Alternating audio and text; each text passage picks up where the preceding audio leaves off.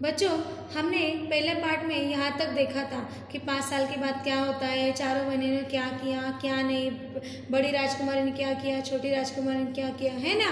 राजा ने ये सब पूछा था कि वो मैंने तुम्हें दिए हुए गेहूं के दाने का तुमने क्या किया। अभी आगे की कहानी हम स्टार्ट करते हैं। ओके, पहले तो राजकुमारी ने हाँ कह दिया, मगर राजा ने फिर कड़क कर पूछा, तब उसने सच्ची बात बता दी। अभी कड़क कर मतलब जोर से पूछा। राजा ने दूसरी से पूछा, तुम्हारे दाने कहाँ हैं? तो अभी देखो, जो राजा है अपनी बेटियों से पूछ रहा है कि तुमने उन दानों को क्या किया, मैंने जो तुम्हें दाने दिए थे गेहूं के 100। दूसरी राजकुमारी ने अपनी संदूकची में से मखमल के खोल वाली डिब्बी से उठा लाई। देखो, जो दूसरी राजकुमारी थी ना छोटी, उसने क्या किया था, उसने संदूकची में एक मखमल के खोल वाले डिब्बे में और 100 गेहूं के दाने सहेज कर रख दिए थे। वही वो आज मतलब क्या किया उसने, वही उसको अपने पिताजी को, राजा को दिखाए। ये देखो, वो वैसे के वैसे दाने थे। मतलब क्या किया था उसने, राजा ने उसे खोलकर देखा तो दाने सड़ गए थे। देखो, उसने क्या किया था कि संदूकची में और दाने रख दिए थे, लेकिन वो दाने क्या हो गए थे, सड़ गए थे। अभी तीसरी राजकुमारी से पूछा कि तुमने उन दानों का क्या किया।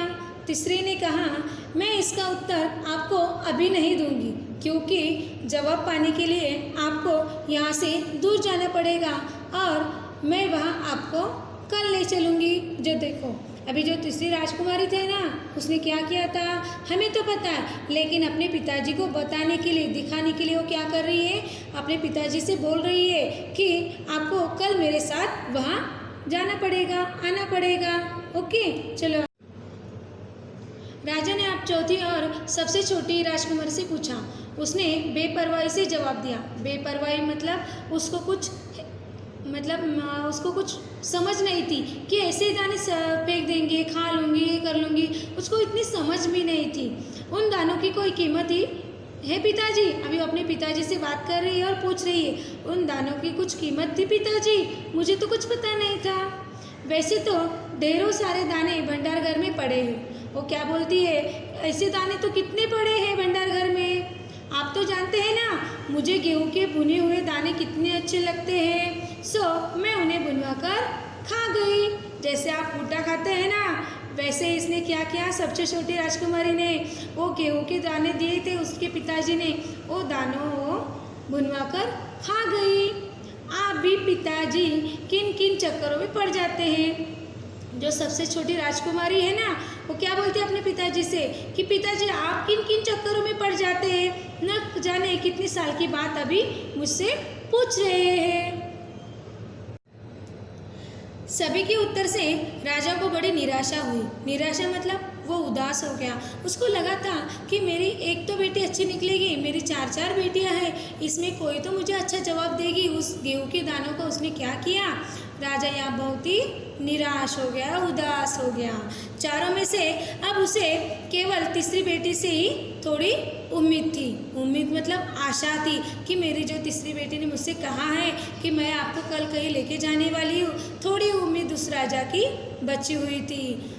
दूसरे दिन अभी जो तीसरी राजकुमारी थी, उसने क्या किया, दूसरे दिन राजा के पास आई और उसने कहा कि चलिए पिताजी, आपको मैं दिखाऊंगी कि गेहूं के दाने कहाँ हैं।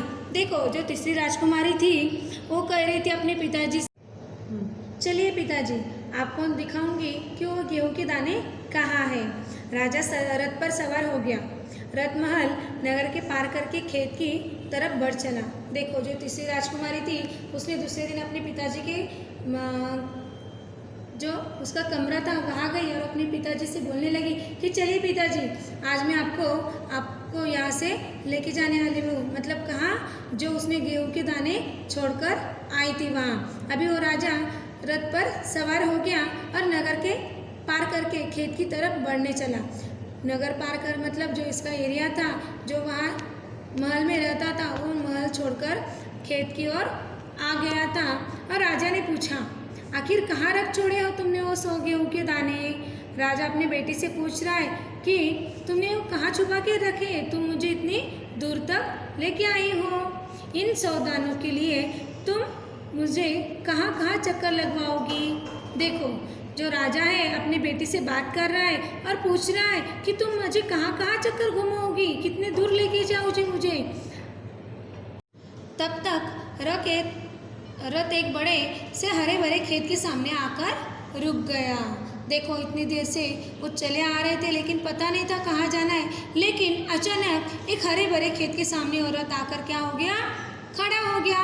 राजा ने देखा सामने बहुत ही बड़े खेत है, गेहूं की फसल थी, उसकी बालियाँ हवा में झूम रही थी। देखो राजा के कान में जो बालियाँ थी उस गेहूं की हवा में से वो क्या है हो रही थी, हिल रही थी।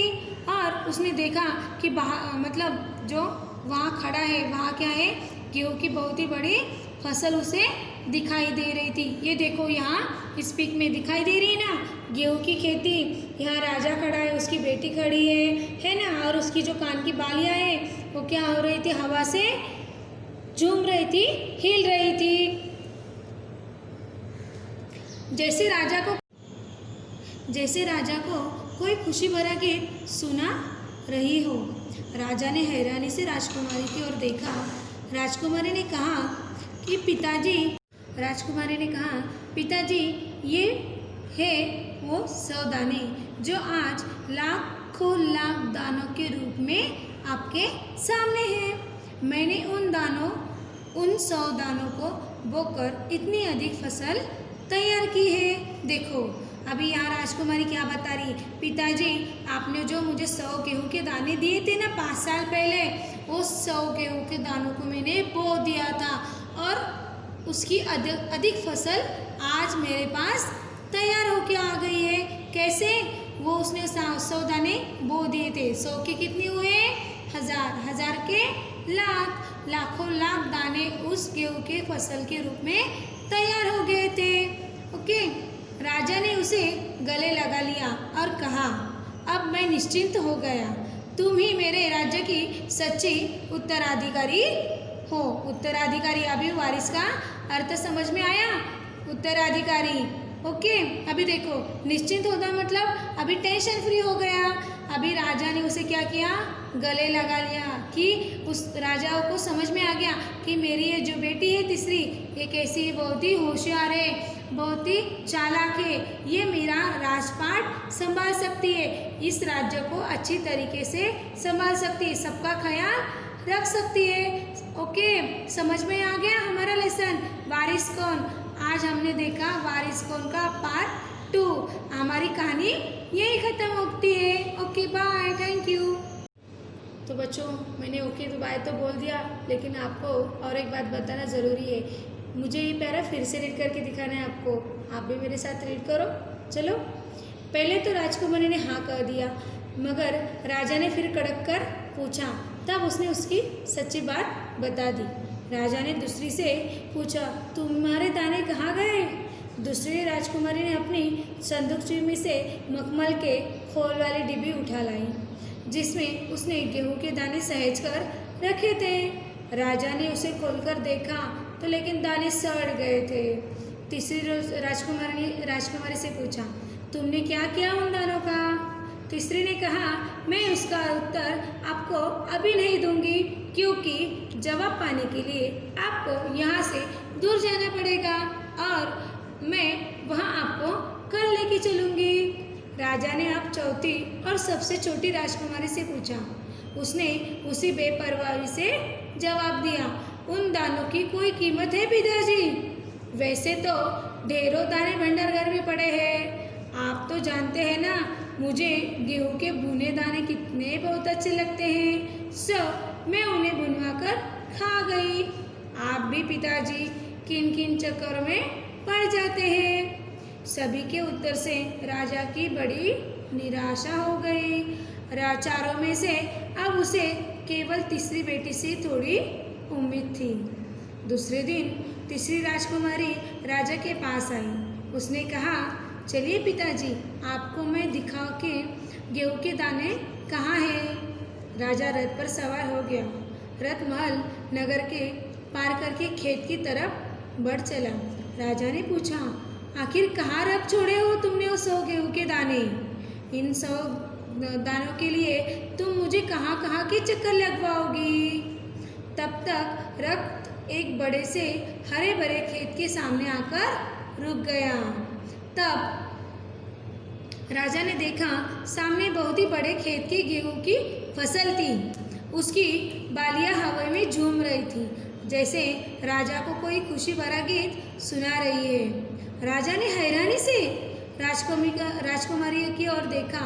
राजकुमारी ने कहा, पिताजी, ये है वे 100 दाने जो आज लाखों लाख दानों के रूप में आपके सामने हैं।